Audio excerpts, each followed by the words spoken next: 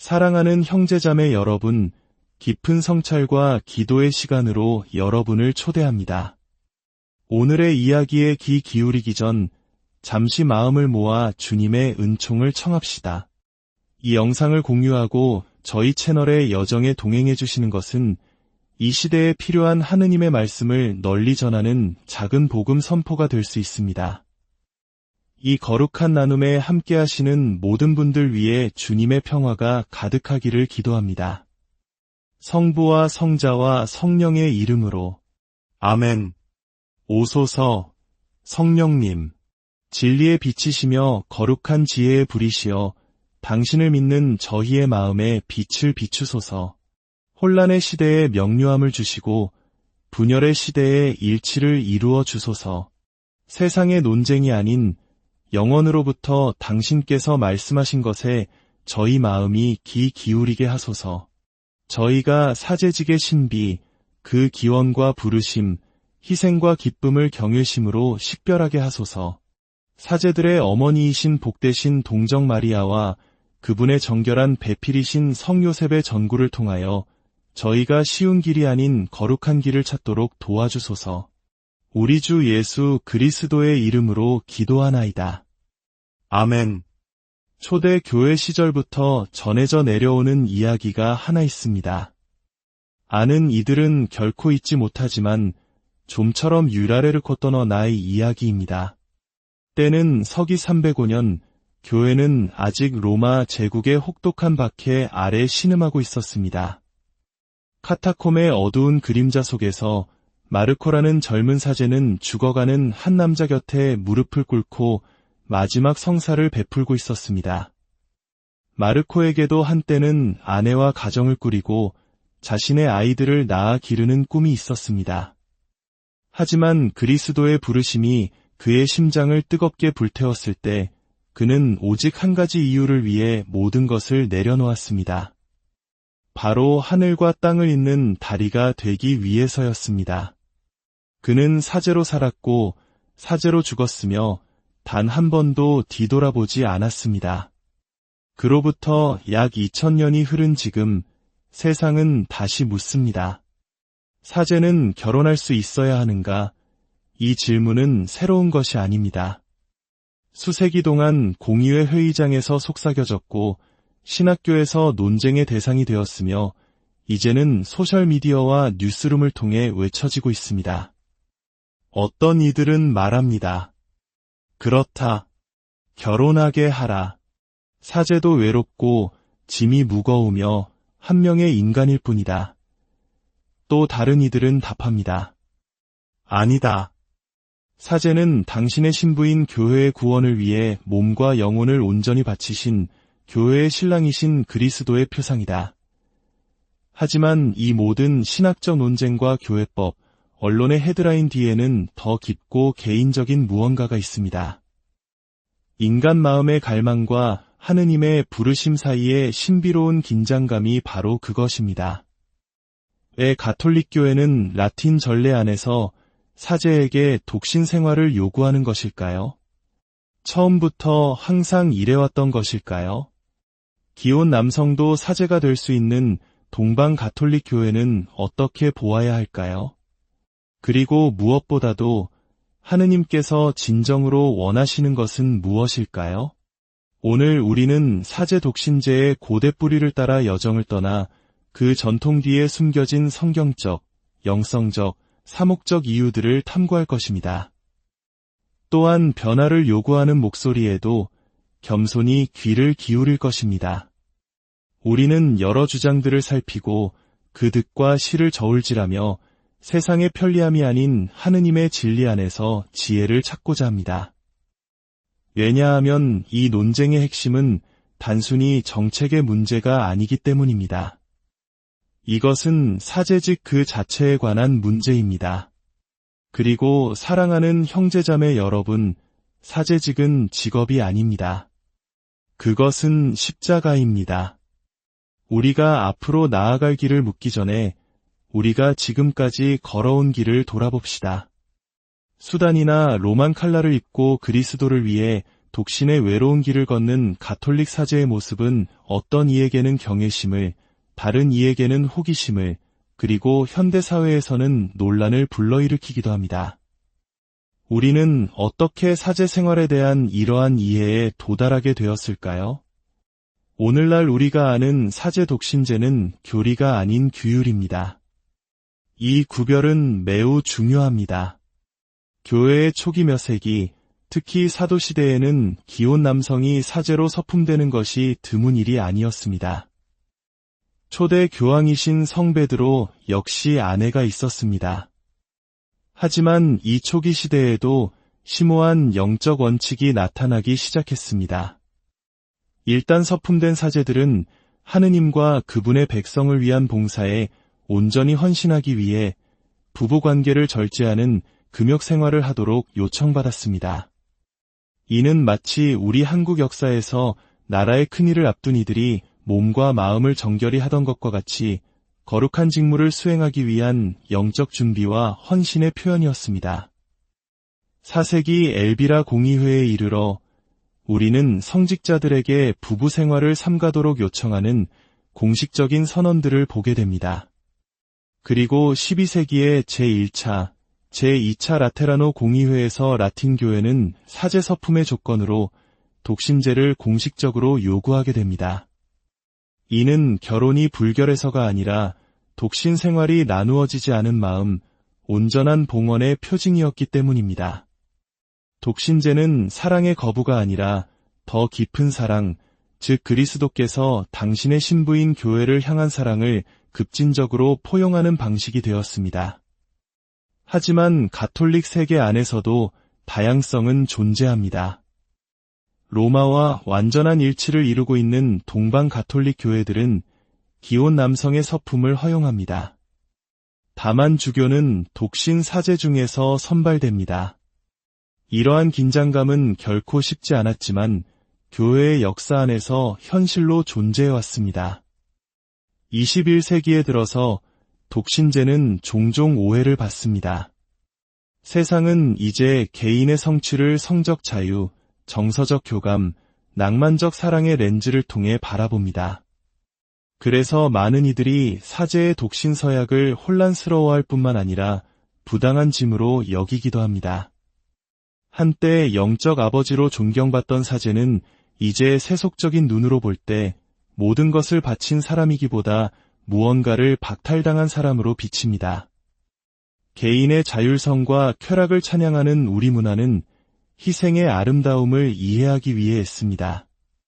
최근 수십 년 동안 교회 안팎에서 선택적 독신제를 요구하는 목소리가 커지고 있습니다. 그들은 많은 교구의 사제 부족 현상, 일부 성직자들의 정서적 어려움, 그리고 동방전례나 성공회에서 개종하여 가톨릭 기혼 사제로 봉사하는 사례들을 지적합니다. 그들은 묻습니다. 독신제가 교리가 아니라면 왜 보편적이어야만 하는가? 사제의 결혼을 허용하는 것이 성소의 쇄신을 가져오고 외로움을 덜어주며 상처를 치유할 수 있지 않을까? 이것들은 가벼운 질문이 아닙니다. 이 질문들은 고통과 염려, 그리고 사제직이 번성하기를 바라는 마음에서 비롯된 것입니다. 하지만 변화를 향해 서두르기 전에 우리는 무엇을 얻고 무엇을 잃을 것인지 신중하게 물어야 합니다. 독신제는 단순히 규칙이 아니라 증거이기 때문입니다. 그것은 이 세상보다 더 위대한 것이 있다는 조용한 증언입니다. 사제가 단순히 사람들 가운데 한 사람이 아니라 자신의 교회를 위해 목숨을 바친 신랑의 살아있는 모습이라는 증거입니다. 이것을 바꾸는 것은 결코 작은 일이 아닐 것입니다. 문화적 변화의 바람이 교회의 것에게 불어올 때 우리는 성찰 없이 흔들려서도 안 되며 연민 없이 저항해서도 안 됩니다. 우리는 명확성을 찾을 수 있는 유일한 곳, 즉 여론이 아닌 십자가 아래로 몇 번이고 돌아가야 합니다. 이제 그들의 외침 뒤에 있는 인간의 마음에 귀를 기울여 봅시다. 교회는 자녀들의 걱정에 귀를 막지 않으며 사제들의 고통에 무심하지 않습니다. 모든 시대의 성령께서는 교회의 영혼의 질문을 던지십니다. 이는 교회를 분열시키기 위함이 아니라 금이 불 속에서 정련되듯 교회를 더욱 순수하게 만들기 위함입니다. 사제의 결혼 허용 문제 역시 마찬가지입니다. 이 질문을 제기하는 많은 이들은 교회의 적이 아니라 충실한 신자들입니다. 그들은 자신의 미래를 식별하는 신학생들이고 외로움에 지친 노사제들이며 본당에서 활기찬 영적 리더십을 갈망하는 평신도들입니다. 그들의 의도는 종종 반항이 아닌 사랑의 뿌리를 두고 있습니다. 겸손과 사목적 감수성으로 기혼 사제를 허용하자는 주장의 핵심 논거들을 살펴보겠습니다. 첫째, 성소의 위기입니다. 세계 여러 지역에서 성소가 줄어들고 있다는 것은 비밀이 아닙니다. 한때 가득 찼던 신학교는 이제 공허한 메아리로 울리고 있습니다. 본당은 통폐합되고 미사 시간은 줄어들고 있습니다. 신앙이 부족해서가 아니라 사제가 부족해서 목자 없는 양떼가 되어가고 있습니다. 선택적 독신제 지지자들은 이 규율이 거룩하고 자질 있는 남성들이 사제직의 부르심에 응답하는 것을 막는 장벽이 되고 있지는 않은지 묻습니다. 재단에서 그리스도를 섬기고자 하는 열망과 함께 결혼과 가정에 대한 성소를 동시에 느끼는 독실하고 재능 있는 남성들이 있습니다. 이토록 큰 필요의 시기에 교회가 두 가지 길을 모두 열어주어야 하지 않을까요? 둘째, 사제의 인간적인 고통입니다. 사제 생활은 깊은 고독의 삶이며 어떤 이들에게 이 고독은 외로움이 됩니다. 긴밀한 동반자 관계나 정서적 지지 없이는 번아웃, 우울증 또는 도덕적 해이에 빠질 수 있습니다. 비극적으로 어떤 이들은 사악해서가 아니라 인간이고 지치고 외롭기 때문에 스캔들이나 영적 파멸에 이르기도 합니다. 기혼 성직자를 옹호하는 이들은 배우자가 지지와 힘, 그리고 책임감의 원천이 될 수 있다고 말합니다. 결혼은 사제를 일상의 사랑과 공동의 희생 안에 뿌리내리게 하여 고립과 정서적 붕괴를 막을 수 있다는 것입니다. 건강한 사제 부부의 모습은 오히려 가정생활의 성소를 옹호하는 교회의 신뢰성을 강화할 수도 있다고 그들은 믿습니다. 셋째, 세상과의 소통입니다. 많은 시골이나 세속화된 지역에서 사제는 멀고 동떨어지고 심지어 이질적인 존재로 여겨집니다. 존경은 받지만 항상 공감대를 형성하지는 못합니다. 기혼 사제는 이러한 간극을 메울 수 있다고 합니다. 학부모 회의에 참석하고 생활비 문제로 고심하거나 자녀의 반항으로 씨름하는 것이 무엇을 의미하는지 아는 사제를 상상해 보십시오. 그런 사제는 강론대에서 신학뿐만 아니라 살아있는 경험을 전할 수 있을 것입니다. 신자들의 기쁨과 슬픔에 더 깊이 들어갈 수 있을 것입니다. 그의 증거는 덜 신비로울지 몰라도 분열과 불신으로 고통받는 공동체에 더 쉽게 다가갈 수 있을 것입니다. 이러한 주장들은 마음에서 우러나온 것으로 나름의 타당성을 지니고 있습니다. 하지만 재단의 신비와 너무도 긴밀하게 연결된 이 규율을 바꾸기 전에 우리는 얻는 것과 잃을 수 있는 것을 신중하게 비교해야 합니다. 이제 전통이라는 산에 올라 그 정상에서 독신제의 아름다움을 바라봅시다. 짐이 아니라 수세기 동안 전해져 내려온 타오르는 햇불로서 말입니다. 만약 사제직이 단순히 직업이라면 결혼은 장애물이 아닐 수 있습니다. 그러나 사제직이 그리스도를 담도록 구성되고 영혼을 위해 축성되며 제단을 위해 구별된 하느님의 부르심이라면 이 질문은 실용적인 차원을 넘어 신성한 것이 됩니다. 사제 독신제를 옹호하는 이들은 경직되어서가 아니라 사제직의 본질과 그 요구에 대한 경외심 때문에 그렇게 합니다. 사제 독신제는 라틴 전례 안에서 1000년 이상 소중히 지켜져 온 규율입니다. 그것은 영적 아버지 직분의 가시적인 표징이며 신부인 교회를 위해 당신 자신을 내어주신 대사제 그리스도를 살아있게 모방하는 것입니다. 이 규율을 없애는 것은 단순히 정책을 수정하는 것이 아니라 서방 사제직의 정체성 자체를 형성해온 신성한 전통을 해체하는 것입니다. 결혼은 아름다운 성소이지만 그만큼 많은 것을 요구하는 길이기도 합니다. 사제직도 마찬가지입니다. 두 성소를 한 사람 안에 통합하는 것은 필연적인 긴장을 낳을 수 있습니다. 아내와 자녀가 있는 사제는 상충되는 의무에 직면할 것입니다. 자녀가 아픈데 임종을 앞둔 신자가 있다면 어떻게 해야 할까요? 결혼 생활이 위기에 처했는데 본당이 그의 온전한 현존을 필요로 한다면요? 사목의 요구는 때로 무자비할 정도로 큽니다. 한 사람이 두 성소를 온전히 섬기기를 기대하는 것은 그를 소진시키거나 고통스러운 타협을 강요할 위험이 있습니다. 반면에 독신 생활은 사제를 급진적인 투신으로 자유롭게 합니다. 그는 지체나 방해 없이 필요한 때에 필요한 곳으로 갈 수 있습니다. 그의 전 생애가 교회를 위해 봉헌됩니다. 그의 마음은 나뉘지 않습니다. 사도 바오로께서는 코린토 1서 7장에서 이렇게 말씀하셨습니다. 혼인하지 않은 남자는 어떻게 하면 주님을 기쁘게 해드릴 수 있을까 하고 주님의 일을 걱정합니다. 그러나 혼인한 남자는 어떻게 하면 아내를 기쁘게 할 수 있을까 하고 세상 일을 걱정하며 마음이 나뉘어 있습니다. 교회는 결혼을 경시해서가 아니라 사제직의 고유한 소명을 존중하기에 이 말씀을 오랫동안 마음에 새겨왔습니다. 또한 독신 사제는 이 세상 너머의 삶을 가리키는 강력한 종말론적 표징입니다. 그의 삶은 우리가 가진 모든 것, 심지어 인간의 가장 깊은 친밀함에 대한 갈망조차도 하느님 나라에 비하면 부차적이라는 것을 선포합니다. 그는 자신의 삶 전체로 우리의 진정한 집은 하늘에 있으며 그리스도 한 분만으로 충분하다는 것을 증언합니다. 기혼 사제 역시 거룩할 수 있지만 독신 사제가 지닌 이 독특하고 예언자적인 증거의 힘은 약화될 수 있습니다. 이제 우리는 어디에 서 있습니까? 이 문제는 흑백 논리로 나눌 수 있는 것이 아닙니다. 교회 법상으로 사제 독신제는 변경될 수 있는 규율이지만 그 영적이고 신학적인 뿌리는 매우 깊습니다.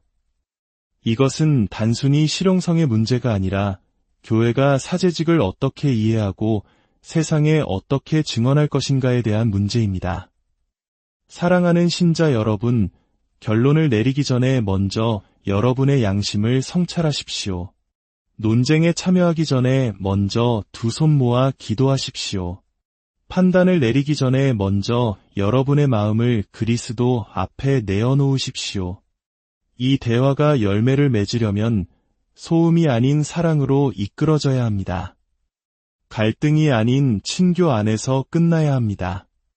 교회를 분열시키는 것이 아니라 교회의 신비에 대한 우리의 사랑을 더욱 깊게 해야 합니다. 존중하는 대화를 장려합시다. 의견이 다른 이들을 존중합시다. 교만 없이 진리를 찾고 타협 없이 변화를 모색합시다. 그리고 무엇보다도 사제직의 신성한 아름다움과 모든 사제가 그분의 모습을 따라 서품되는 유일한 대사제, 곧 교회를 사랑하시고 교회를 위하여 당신 자신을 내어주신 예수 그리스도를 결코 잊지 맙시다. 이제 교회에 사랑하는 자녀 여러분, 모든 이해를 뛰어넘는 그리스도의 평화가 여러분의 마음과 생각을 지켜주시기를 빕니다. 사제들의 어머니이신 복되신 동정 마리아께서 우리를 지혜로 이끌어 주시기를, 구세주의 정결한 보호자이신 성 요셉께서 힘과 침묵으로 교회를 지켜주시기를, 전능하신 하느님, 성부와 성자와 성령께서는 여기 모인 모든 이에게 사랑하는 형제자매 여러분, 깊은 성찰과 기도의 시간으로 여러분을 초대합니다. 오늘의 이야기에 귀 기울이기 전 잠시 마음을 모아 주님의 은총을 청합시다. 이 영상을 공유하고 저희 채널의 여정에 동행해 주시는 것은 이 시대에 필요한 하느님의 말씀을 널리 전하는 작은 복음 선포가 될 수 있습니다. 이 거룩한 나눔에 함께하시는 모든 분들 위해 주님의 평화가 가득하기를 기도합니다. 성부와 성자와 성령의 이름으로. 아멘. 오소서, 성령님. 진리의 빛이시며 거룩한 지혜의 불이시여 당신을 믿는 저희의 마음에 빛을 비추소서. 혼란의 시대에 명료함을 주시고 분열의 시대에 일치를 이루어 주소서. 세상의 논쟁이 아닌 영원으로부터 당신께서 말씀하신 것에 저희 마음이 귀 기울이게 하소서. 저희가 사제직의 신비, 그 기원과 부르심, 희생과 기쁨을 경외심으로 식별하게 하소서. 사제들의 어머니이신 복되신 동정 마리아와 그분의 정결한 배필이신 성요셉의 전구를 통하여 저희가 쉬운 길이 아닌 거룩한 길을 찾도록 도와주소서. 우리 주 예수 그리스도의 이름으로 기도하나이다. 아멘. 초대 교회 시절부터 전해져 내려오는 이야기가 하나 있습니다. 아는 이들은 결코 잊지 못하지만 좀처럼 유라레르코 떠너 나의 이야기입니다. 때는 서기 305년, 교회는 아직 로마 제국의 혹독한 박해 아래 신음하고 있었습니다. 카타콤의 어두운 그림자 속에서 마르코라는 젊은 사제는 죽어가는 한 남자 곁에 무릎을 꿇고 마지막 성사를 베풀고 있었습니다. 마르코에게도 한때는 아내와 가정을 꾸리고 자신의 아이들을 낳아 기르는 꿈이 있었습니다. 하지만 그리스도의 부르심이 그의 심장을 뜨겁게 불태웠을 때 그는 오직 한 가지 이유를 위해 모든 것을 내려놓았습니다.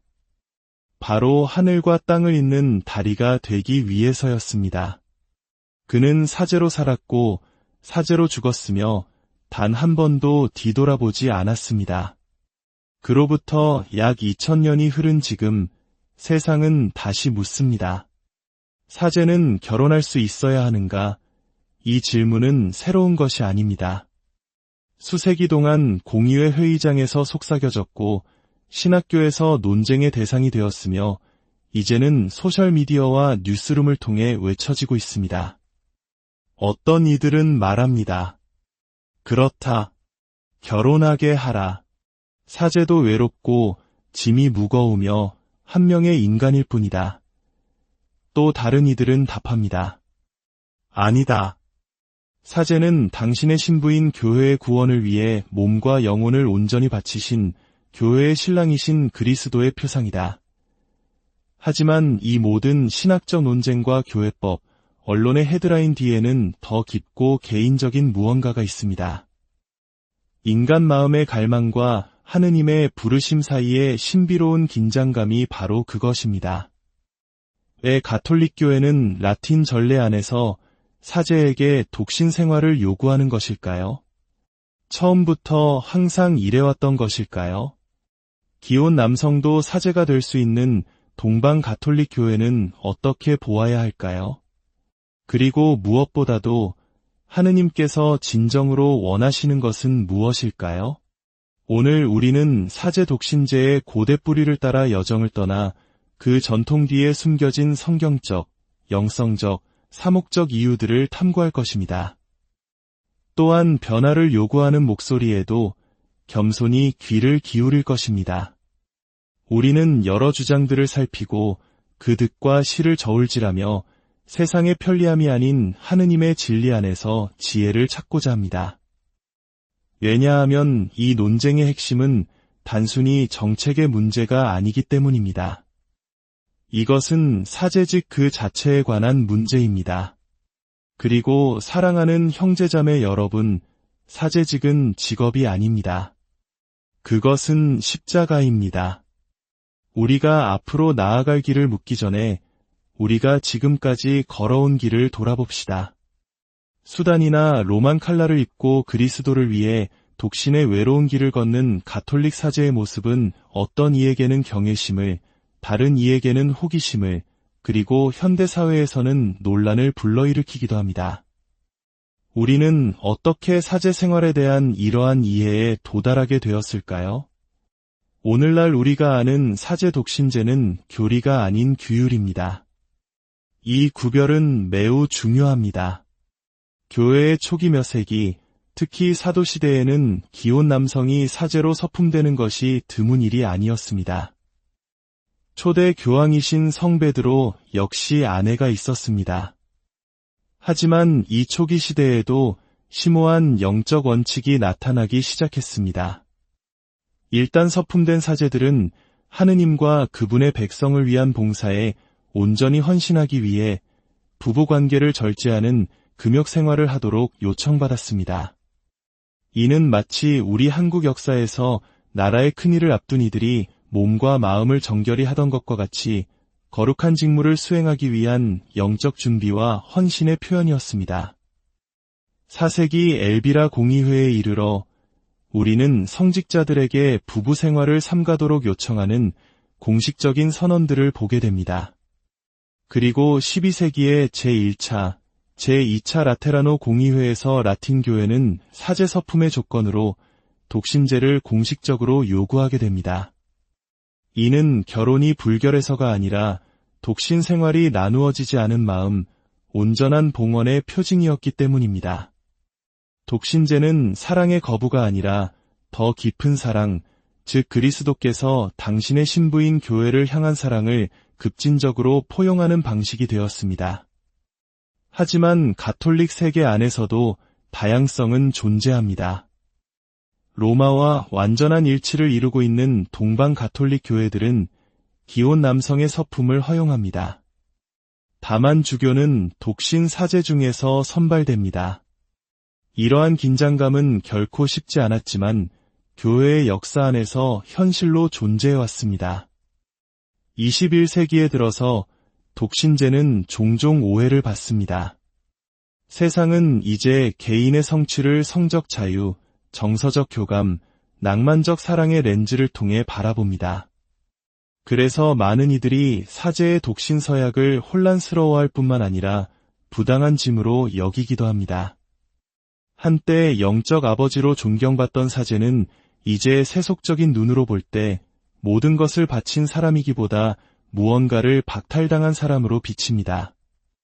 개인의 자율성과 쾌락을 찬양하는 우리 문화는 희생의 아름다움을 이해하기 위해 애씁니다.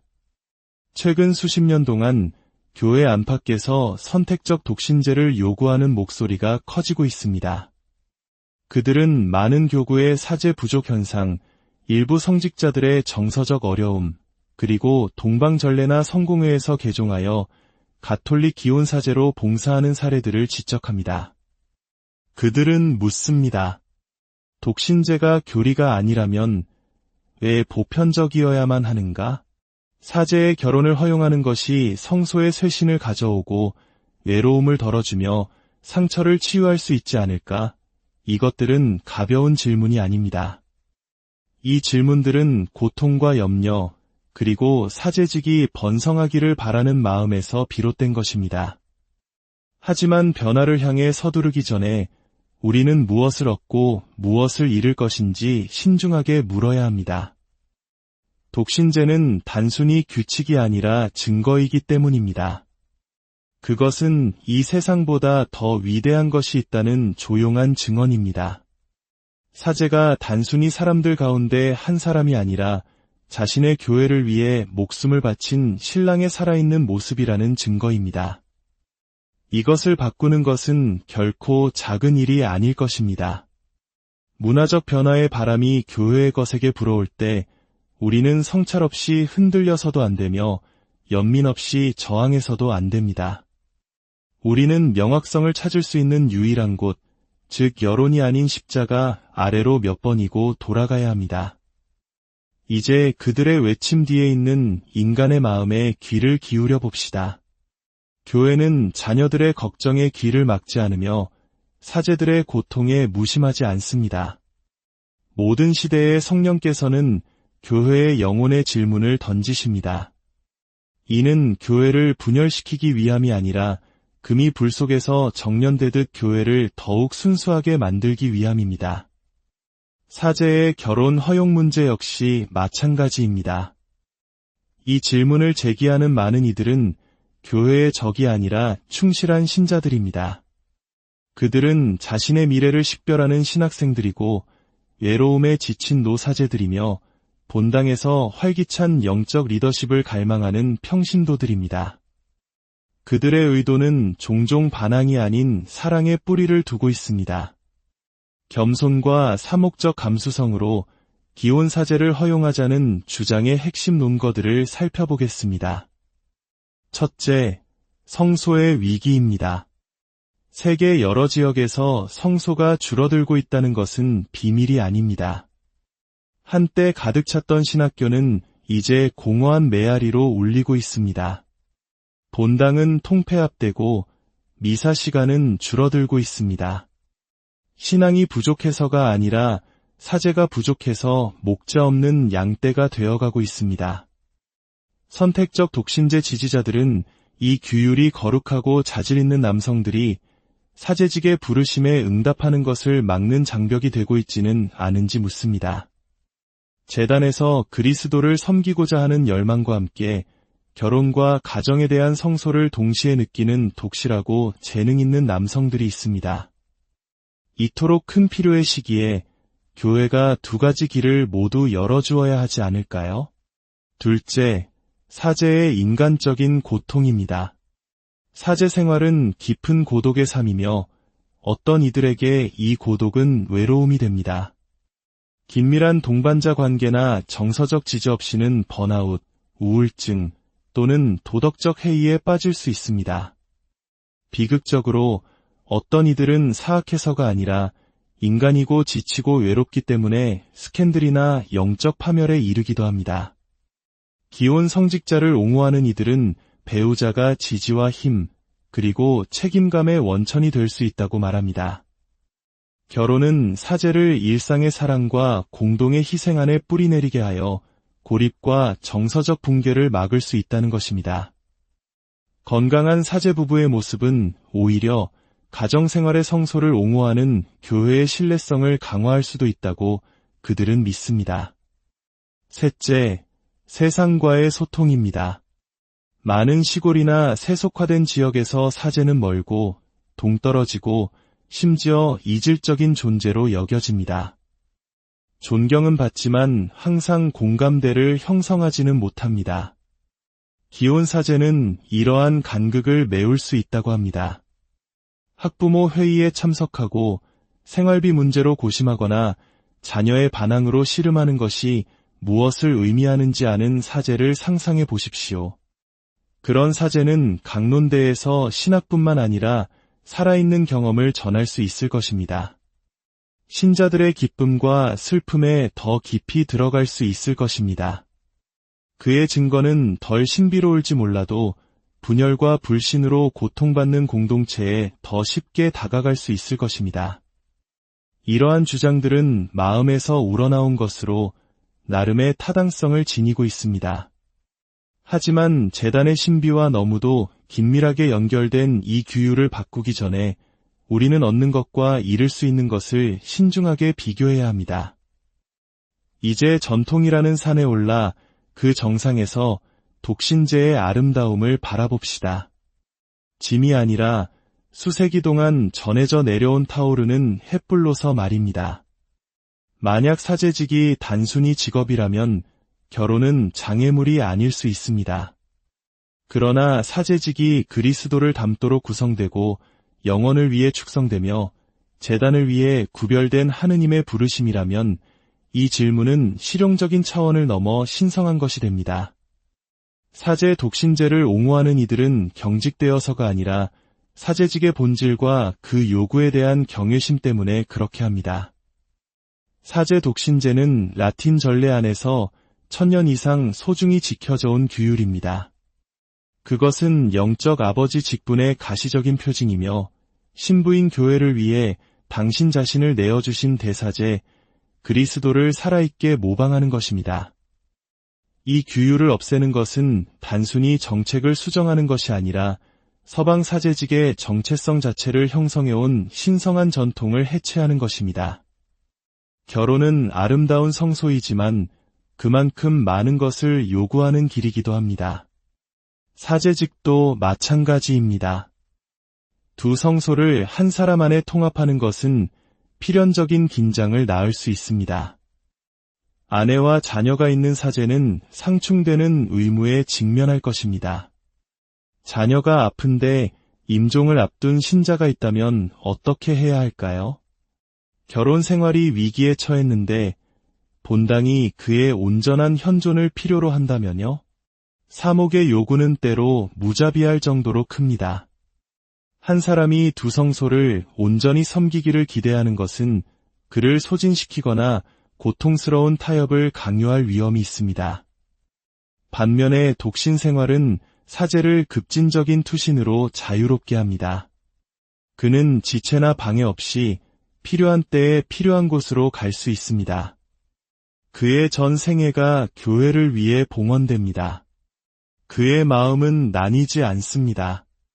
사도 바오로께서는 코린토 1서 7장에서 이렇게 말씀하셨습니다. 혼인하지 않은 남자는 어떻게 하면 주님을 기쁘게 해드릴 수 있을까 하고 주님의 일을 걱정합니다. 그러나 혼인한 남자는 어떻게 하면 아내를 기쁘게 할 수 있을까 하고 세상 일을 걱정하며 마음이 나뉘어 있습니다.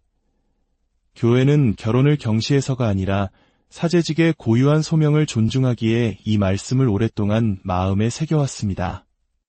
또한 독신 사제는 이 세상 너머의 삶을 가리키는 강력한 종말론적 표징입니다.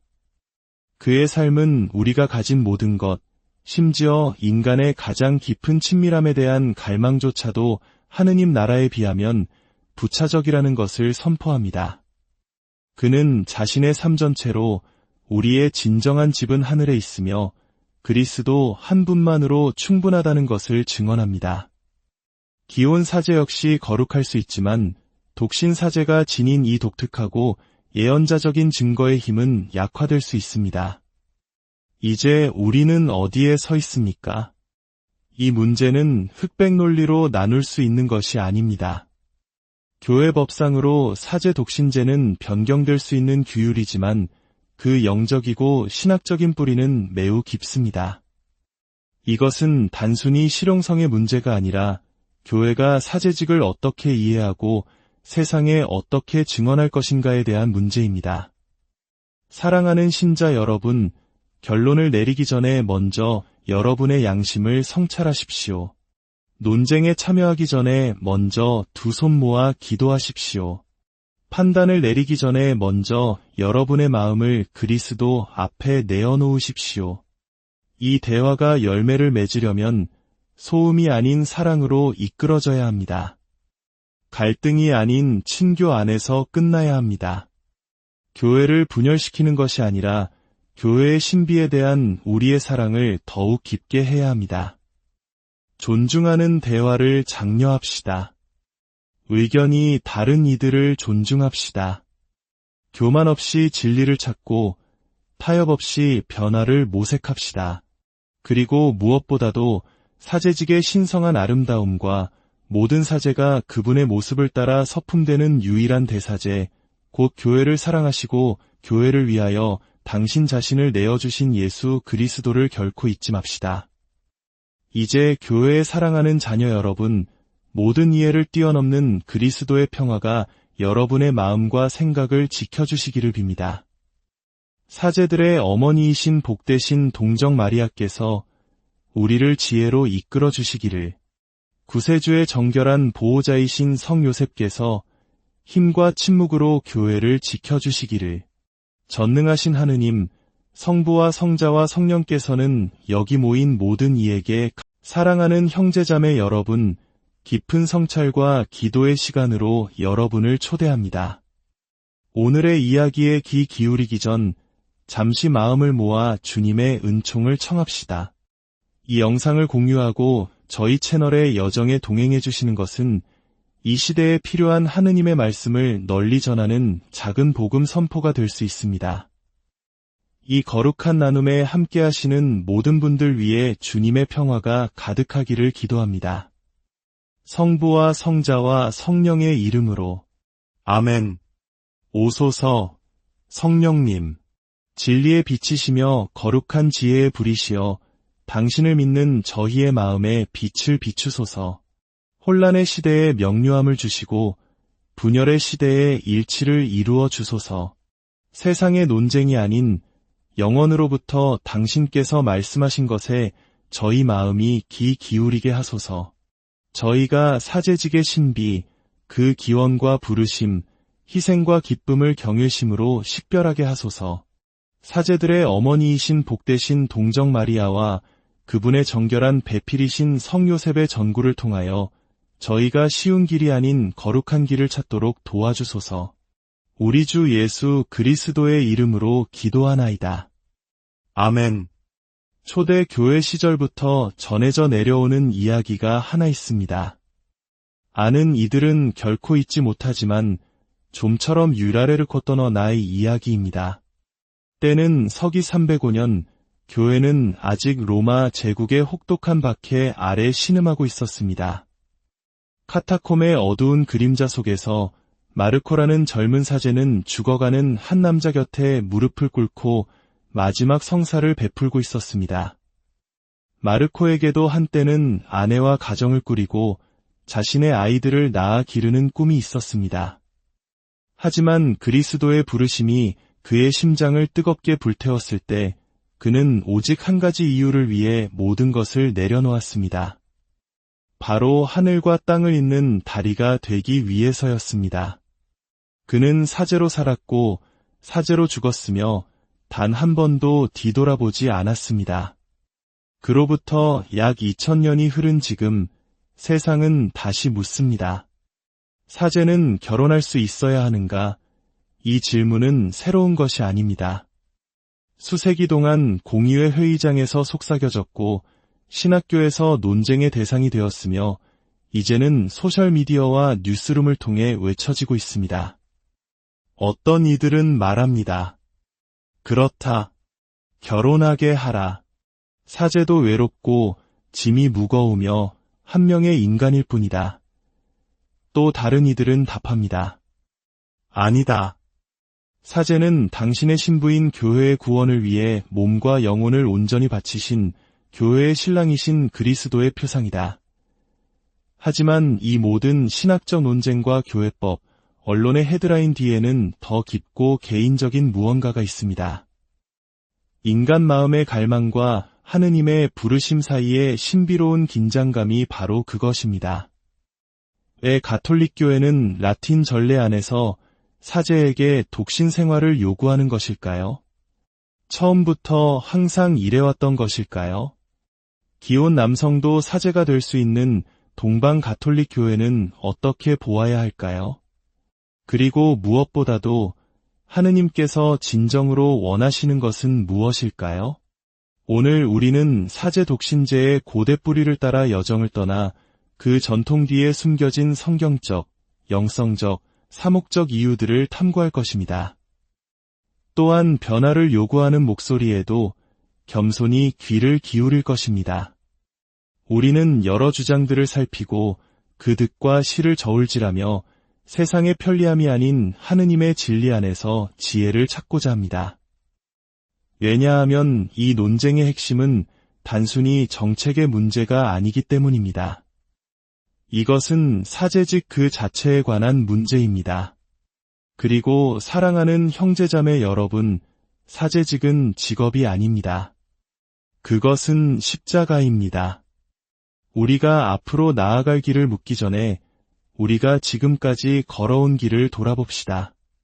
수단이나 로만 칼라를 입고 그리스도를 위해 독신의 외로운 길을 걷는 가톨릭 사제의 모습은 어떤 이에게는 경외심을, 다른 이에게는 호기심을, 그리고 현대사회에서는 논란을 불러일으키기도 합니다.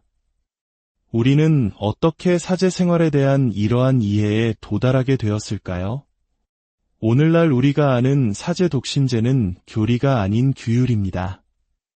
이 구별은 매우 중요합니다.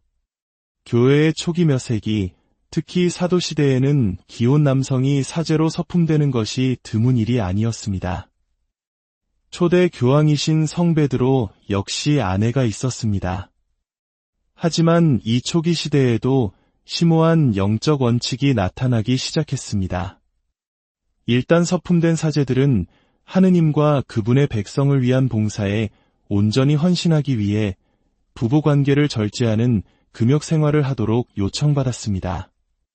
이는 마치 우리 한국 역사에서 나라의 큰일을 앞둔 이들이 몸과 마음을 정결히 하던 것과 같이 거룩한 직무를 수행하기 위한 영적 준비와 헌신의 표현이었습니다. 4세기 엘비라 공의회에 이르러 우리는 성직자들에게 부부 생활을 삼가도록 요청하는 공식적인 선언들을 보게 됩니다. 그리고 12세기의 제1차, 제2차 라테라노 공의회에서 라틴 교회는 사제 서품의 조건으로 독신제를 공식적으로 요구하게 됩니다. 이는 결혼이 불결해서가 아니라 독신 생활이 나누어지지 않은 마음, 온전한 봉헌의 표징이었기 때문입니다. 독신제는 사랑의 거부가 아니라 더 깊은 사랑, 즉 그리스도께서 당신의 신부인 교회를 향한 사랑을 급진적으로 포용하는 방식이 되었습니다. 하지만 가톨릭 세계 안에서도 다양성은 존재합니다. 로마와 완전한 일치를 이루고 있는 동방 가톨릭 교회들은 기혼 남성의 서품을 허용합니다. 다만 주교는 독신 사제 중에서 선발됩니다. 이러한 긴장감은 결코 쉽지 않았지만 교회의 역사 안에서 현실로 존재해왔습니다. 21세기에 들어서 독신제는 종종 오해를 받습니다. 세상은 이제 개인의 성취를 성적 자유, 정서적 교감, 낭만적 사랑의 렌즈를 통해 바라봅니다. 그래서 많은 이들이 사제의 독신 서약을 혼란스러워할 뿐만 아니라 부당한 짐으로 여기기도 합니다. 한때 영적 아버지로 존경받던 사제는 이제 세속적인 눈으로 볼 때 모든 것을 바친 사람이기보다 무언가를 박탈당한 사람으로 비칩니다. 개인의 자율성과 쾌락을 찬양하는 우리 문화는 희생의 아름다움을 이해하기 위해 애씁니다. 최근 수십 년 동안 교회 안팎에서 선택적 독신제를 요구하는 목소리가 커지고 있습니다. 그들은 많은 교구의 사제 부족 현상, 일부 성직자들의 정서적 어려움, 그리고 동방전례나 성공회에서 개종하여 가톨릭 기혼사제로 봉사하는 사례들을 지적합니다. 그들은 묻습니다. 독신제가 교리가 아니라면 왜 보편적이어야만 하는가? 사제의 결혼을 허용하는 것이 성소의 쇄신을 가져오고 외로움을 덜어주며 상처를 치유할 수 있지 않을까? 이것들은 가벼운 질문이 아닙니다. 이 질문들은 고통과 염려, 그리고 사제직이 번성하기를 바라는 마음에서 비롯된 것입니다. 하지만 변화를 향해 서두르기 전에 우리는 무엇을 얻고 무엇을 잃을 것인지 신중하게 물어야 합니다. 독신제는 단순히 규칙이 아니라 증거이기 때문입니다. 그것은 이 세상보다 더 위대한 것이 있다는 조용한 증언입니다. 사제가 단순히 사람들 가운데 한 사람이 아니라 자신의 교회를 위해 목숨을 바친 신랑의 살아있는 모습이라는 증거입니다. 이것을 바꾸는 것은 결코 작은 일이 아닐 것입니다.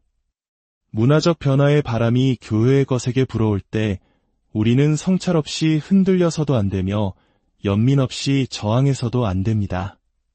우리는 명확성을 찾을 수 있는 유일한 곳, 즉 여론이 아닌 십자가 아래로 몇 번이고 돌아가야 합니다. 이제 그들의 외침 뒤에 있는 인간의 마음에 귀를 기울여 봅시다. 교회는 자녀들의 걱정에 귀를 막지 않으며 사제들의 고통에 무심하지 않습니다. 모든 시대의 성령께서는 교회의 영혼의 질문을 던지십니다. 이는 교회를 분열시키기 위함이 아니라 금이 불 속에서 정련되듯 교회를 더욱 순수하게 만들기 위함입니다. 사제의 결혼 허용 문제 역시 마찬가지입니다. 이 질문을 제기하는 많은 이들은 교회의 적이 아니라 충실한 신자들입니다. 그들은 자신의 미래를 식별하는 신학생들이고 외로움에 지친 노사제들이며 본당에서 활기찬 영적 리더십을 갈망하는 평신도들입니다. 그들의 의도는 종종 반항이 아닌 사랑의 뿌리를 두고 있습니다. 겸손과 사목적 감수성으로 기혼사제를 허용하자는 주장의 핵심 논거들을 살펴보겠습니다. 첫째, 성소의 위기입니다. 세계 여러 지역에서 성소가 줄어들고 있다는 것은 비밀이 아닙니다. 한때 가득 찼던 신학교는 이제 공허한 메아리로 울리고 있습니다. 본당은 통폐합되고 미사 시간은 줄어들고 있습니다. 신앙이 부족해서가 아니라 사제가 부족해서 목자 없는 양떼가 되어가고 있습니다. 선택적 독신제 지지자들은 이 규율이 거룩하고 자질 있는 남성들이 사제직의 부르심에 응답하는 것을 막는 장벽이 되고 있지는 않은지 묻습니다. 재단에서 그리스도를 섬기고자 하는 열망과 함께 결혼과 가정에 대한 성소를 동시에 느끼는 독실하고 재능 있는 남성들이 있습니다. 이토록 큰 필요의 시기에 교회가 두 가지 길을 모두 열어주어야 하지 않을까요? 둘째, 사제의 인간적인 고통입니다. 사제 생활은 깊은 고독의 삶이며 어떤 이들에게 이 고독은 외로움이 됩니다. 긴밀한 동반자 관계나 정서적 지지 없이는 번아웃, 우울증 또는 도덕적 해이에 빠질 수 있습니다. 비극적으로 어떤 이들은 사악해서가 아니라 인간이고 지치고 외롭기 때문에 스캔들이나 영적 파멸에 이르기도 합니다. 기혼 성직자를 옹호하는 이들은 배우자가 지지와 힘, 그리고 책임감의 원천이 될 수 있다고 말합니다. 결혼은 사제를 일상의 사랑과 공동의 희생 안에 뿌리내리게 하여 고립과 정서적 붕괴를 막을 수 있다는 것입니다. 건강한 사제 부부의 모습은 오히려 가정생활의 성소를 옹호하는 교회의 신뢰성을 강화할 수도 있다고 그들은 믿습니다. 셋째, 세상과의 소통입니다. 많은 시골이나 세속화된 지역에서 사제는 멀고 동떨어지고 심지어 이질적인 존재로 여겨집니다. 존경은 받지만 항상 공감대를 형성하지는 못합니다. 기혼 사제는 이러한 간극을 메울 수 있다고 합니다. 학부모 회의에 참석하고 생활비 문제로 고심하거나 자녀의 반항으로 씨름하는 것이 무엇을 의미하는지 아는 사제를 상상해 보십시오. 그런 사제는 강론대에서 신학뿐만 아니라 살아있는 경험을 전할 수 있을 것입니다. 신자들의 기쁨과 슬픔에 더 깊이 들어갈 수 있을 것입니다. 그의 증거는 덜 신비로울지 몰라도 분열과 불신으로 고통받는 공동체에 더 쉽게 다가갈 수 있을 것입니다. 이러한 주장들은 마음에서 우러나온 것으로 나름의 타당성을 지니고 있습니다. 하지만 재단의 신비와 너무도 긴밀하게 연결된 이 규율을 바꾸기 전에 우리는 얻는 것과 잃을 수 있는 것을 신중하게 비교해야 합니다. 이제 전통이라는 산에 올라 그 정상에서 독신제의 아름다움을 바라봅시다. 짐이 아니라 수세기 동안 전해져 내려온 타오르는 햇불로서 말입니다. 만약 사제직이 단순히 직업이라면 결혼은 장애물이 아닐 수 있습니다. 그러나 사제직이 그리스도를 닮도록 구성되고 영혼을 위해 축성되며 재단을 위해 구별된 하느님의 부르심이라면 이 질문은 실용적인 차원을 넘어 신성한 것이 됩니다. 사제 독신제를 옹호하는 이들은 경직되어서가 아니라 사제직의 본질과 그 요구에 대한 경외심 때문에 그렇게 합니다. 사제 독신제는 라틴 전례 안에서 1000년 이상 소중히 지켜져 온 규율입니다. 그것은 영적 아버지 직분의 가시적인 표징이며 신부인 교회를 위해 당신 자신을 내어주신 대사제 그리스도를 살아있게 모방하는 것입니다. 이 규율을 없애는 것은 단순히 정책을 수정하는 것이 아니라 서방 사제직의 정체성 자체를 형성해온 신성한 전통을 해체하는 것입니다. 결혼은 아름다운 성소이지만 그만큼 많은 것을 요구하는 길이기도 합니다. 사제직도 마찬가지입니다. 두 성소를 한 사람 안에 통합하는 것은 필연적인 긴장을 낳을 수 있습니다. 아내와 자녀가 있는 사제는 상충되는 의무에 직면할 것입니다. 자녀가 아픈데 임종을 앞둔 신자가 있다면 어떻게 해야 할까요? 결혼 생활이 위기에 처했는데 본당이 그의 온전한 현존을 필요로 한다면요? 사목의 요구는 때로 무자비할 정도로 큽니다. 한 사람이 두 성소를 온전히 섬기기를 기대하는 것은 그를 소진시키거나 고통스러운 타협을 강요할 위험이 있습니다. 반면에 독신 생활은 사제를 급진적인 투신으로 자유롭게 합니다. 그는 지체나 방해 없이 필요한 때에 필요한 곳으로 갈 수 있습니다. 그의 전 생애가 교회를 위해 봉헌됩니다. 그의 마음은 나뉘지 않습니다. 사도 바오로께서는 코린토 1서 7장에서 이렇게 말씀하셨습니다. 혼인하지 않은 남자는 어떻게 하면 주님을 기쁘게 해드릴 수 있을까 하고 주님의 일을 걱정합니다. 그러나 혼인한 남자는 어떻게 하면 아내를 기쁘게 할 수 있을까 하고 세상 일을 걱정하며 마음이 나뉘어 있습니다. 교회는 결혼을 경시해서가 아니라 사제직의 고유한 소명을 존중하기에 이 말씀을 오랫동안 마음에 새겨왔습니다. 또한 독신 사제는 이 세상 너머의 삶을 가리키는 강력한 종말론적 표징입니다. 그의 삶은 우리가 가진 모든 것, 심지어 인간의 가장 깊은 친밀함에 대한 갈망조차도 하느님 나라에 비하면 부차적이라는 것을 선포합니다. 그는 자신의 삶 전체로 우리의 진정한 집은 하늘에 있으며 그리스도 한 분만으로 충분하다는 것을 증언합니다. 기혼 사제 역시 거룩할 수 있지만 독신 사제가 지닌 이 독특하고 예언자적인 증거의 힘은 약화될 수 있습니다. 이제 우리는 어디에 서 있습니까? 이 문제는 흑백 논리로 나눌 수 있는 것이 아닙니다. 교회 법상으로 사제 독신제는 변경될 수 있는 규율이지만 그 영적이고 신학적인 뿌리는 매우 깊습니다.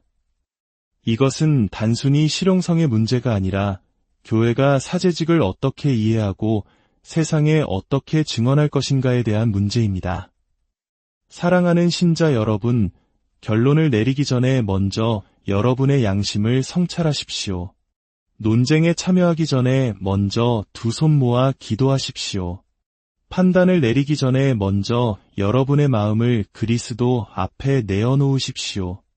이 대화가 열매를 맺으려면 소음이 아닌 사랑으로 이끌어져야 합니다. 갈등이 아닌 친교 안에서 끝나야 합니다. 교회를 분열시키는 것이 아니라 교회의 신비에 대한 우리의 사랑을 더욱 깊게 해야 합니다. 존중하는 대화를 장려합시다. 의견이 다른 이들을 존중합시다. 교만 없이 진리를 찾고 타협 없이 변화를 모색합시다.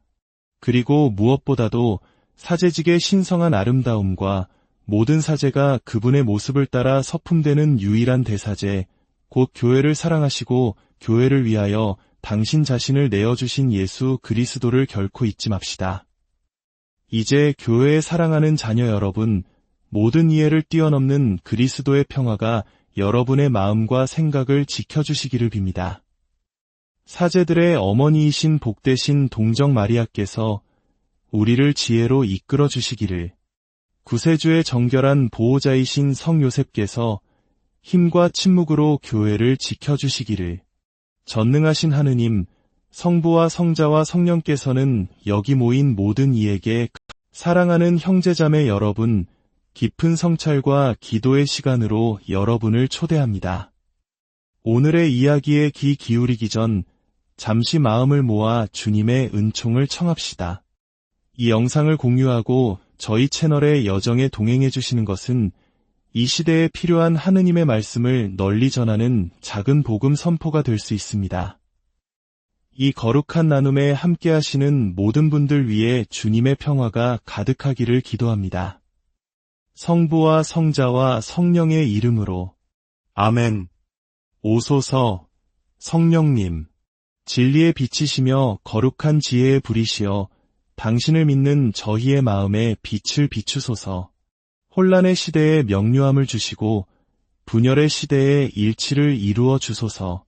세상의 논쟁이 아닌 영원으로부터 당신께서 말씀하신 것에 저희 마음이 귀 기울이게 하소서. 저희가 사제직의 신비, 그 기원과 부르심, 희생과 기쁨을 경외심으로 식별하게 하소서.